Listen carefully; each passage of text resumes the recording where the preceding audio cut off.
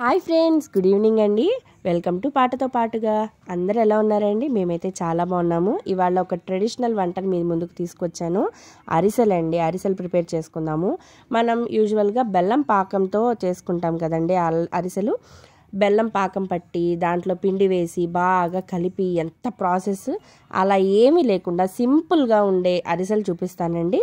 ఇవేంటంటే 1 full glass బియ్యం తీసుకుని 24 అవర్స్, ఇంకా ఎక్కువసేపు నాన్న పర్వాలేదు, అలా నానబెట్టుకోవాలండి. ఒక గ్లాసు బియ్యం నానబెట్టుకొని వాటిని బాగా నానిన తర్వాత ఒక 20 మినిట్స్ 10 మినిట్స్ అట్లాగా బియ్యం తడి పొడిగా ఆరేటట్టు ఇంట్లోనే ఆరబెట్టేశాను.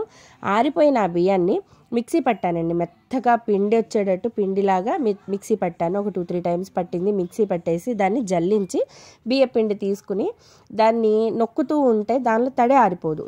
ఇప్పుడు ఏంటంటే ఒక గ్లాసుడు బియ్యానికి అర గ్లాసు పంచదారని బాగా మెత్తగా పౌడర్ చేసేసి ఆ బియ్య పిండిలో వేసేసుకోవాలన్నమాట. వేసేసుకొని కొంచెం యాలకులు కూడా వేసుకొని, యాలకుల పౌడర్ కూడా వేసుకొని మెత్తగా దాన్ని కలుపుతూ ఉంటే ఉండలాగా వస్తుందండి. దాని మీద ఒక క్లాత్ వేసేసి ఉంచితే ఇంకా పాకం అంతా చేరి చక్కగా మెత్తటి ఉండలాగా వస్తుందండి. చిన్న చిన్న ఉండలుగా తీసుకుని అరిసెల్లాగా నూనె అద్దుకుంటూ కొంచెం మందాన ఒత్తుకుంటూ నూనెలో వేయడమేనండి.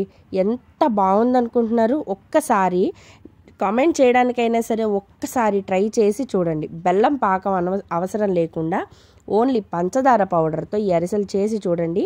టేస్ట్ ఏమాత్రం డిఫరెన్స్ ఉండదండి. నాకైతే ఈ అరిసెల ప్రాసెస్ నచ్చిందండి. మీకు కూడా నచ్చిందా?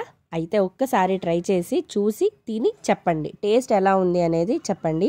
మా పాపాయికి అయితే చాలా బాగా నచ్చిందండి. చాలా ఇంట్రెస్ట్గా తింది. అది అరిసెలు అనేది తినడం ఊహొచ్చిన తర్వాత ఇదేనండి ఫస్ట్ టైం. ఇంతకు ముందు తినేది. అయితే ఇది అరిసమ్మ, ఇది స్వీట్ ఇలా ఉంటుంది అనేసి చెప్పిన తర్వాత చాలా ఇంట్రెస్ట్గా తింటుందండి. మీరు కనుక ఇలాంటి అరిసెలు ఎప్పుడైనా తయారు చేసి ఉంటే ఒక కమెంట్ చేయండి. నా ఛానల్ ఫస్ట్ టైం చూస్తుంటే కనుక లైక్ చేయండి, షేర్ చేయండి, సబ్స్క్రైబ్ చేయండి. మన ట్రెడిషనల్ వంటలు ఇలాగే చెప్తూ ఉంటాను.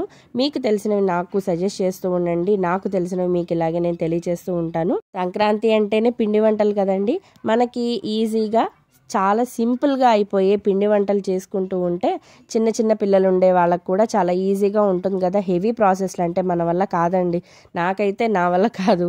అందుకే నేను ఇలా సింపుల్ ప్రాసెస్లో చాలా ఈజీగా టేస్టీగా అయిపోయేవి నేను చాలా నేర్చుకుంటూ ఉంటాను మా అమ్మగారి దగ్గర. ఇక్కడికి వీడియో ఎండ్ చేస్తున్నాను. బాయ్.